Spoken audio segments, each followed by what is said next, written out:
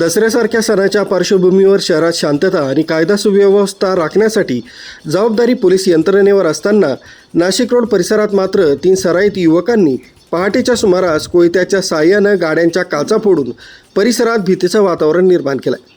मिळालेल्या माहितीनुसार देवळाली गावातील मालधक्का परिसरातून काळ्या रंगाच्या ॲक्टिवा दुचाकीवरून आलेल्या 3 संशयितांनी पहाटे 3च्या सुमारास दहशतीचा खेळ सुरू केला. मनपा कर्मचारी बिराडे यांच्या स्विफ्ट डिझायर गाडीच्या काचा कोयत्यानं फोडल्यानंतर हे 3 धोंगडेनगर आणि डावखर नगरकडे वळले. उपनगर पोलीस ठाण्याच्या हद्दीतील धोंगडेनगर परिसरात प्रशांत भालेराव यांच्या स्विफ्ट डिझायर तसंच डावखरवाडी इथल्या अनिल बाबाजी डावकर यांच्या वर्ना आणि बांधकाम व्यावसायिक जाधव यांच्या मारुती 800 या 4 चाकी वाहनांच्या काचा देखील फोडण्यात आल्या.